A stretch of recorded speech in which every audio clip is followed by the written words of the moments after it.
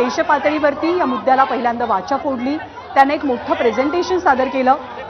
खरं तर त्यांच्या प्रत्येक मुद्द्याला इलेक्शन कमिशन ऑफ इंडियानं वेळोवेळी उत्तर सुद्धा दिलं। पण महाराष्ट्रामध्ये जेव्हा स्थानिक स्वराज्य संस्थांच्या निवडणुका, एक प्रकारे मिनी विधानसभा जेव्हा अगदी तोंडावरती आल्या, तेव्हा महाविकास आघाडीने सुद्धा मुद्दा लावून धरला। निवडणूक आयोग टाळाटाळ करताय, म्हणूनच एवढे महाराष्ट्रातल्या कानाकोपऱ्यातनं येऊन जनता ही रस्त्यावरती उतरलेली आहे की निवडणूक आयोगाने जी उत्तरं देणं टाळलेलं आहे त्याची उत्तरं लोकांना अपेक्षित आहेत आणि ती उत्तरं निवडणूक आयोगाने द्यावी यासाठी या मोर्चाड्या काय तुमच्या मतदारसंघातला तुमचा अनुभव आहे? माझ्या मतदारसंघात किंवा महाराष्ट्रातल्या प्रत्येक मतदारसंघात जर तुम्ही बघितलं तर मतदार याद्यांमध्ये घोळ आहे। मतदार याद्यांमधल्या घोळासंदर्भामध्ये प्रत्येकाने प्रश्न विचारलेले आहेत, जाब विचारलेला आहे आणि त्यावरती निवडणूक आयोगाकडनं अपेक्षित असं उत्तर मिळालेलं नाहीये। काय पुढचं पाऊल असेल आता?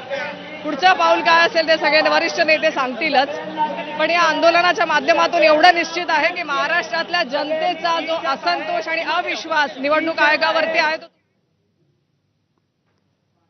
तुम्ही खांद्याला खांदा लावून आज महिला आघाडी सोबत घेऊन मी कायमच खांद्याला खांदा लावून प्रत्येक मोर्चात असते।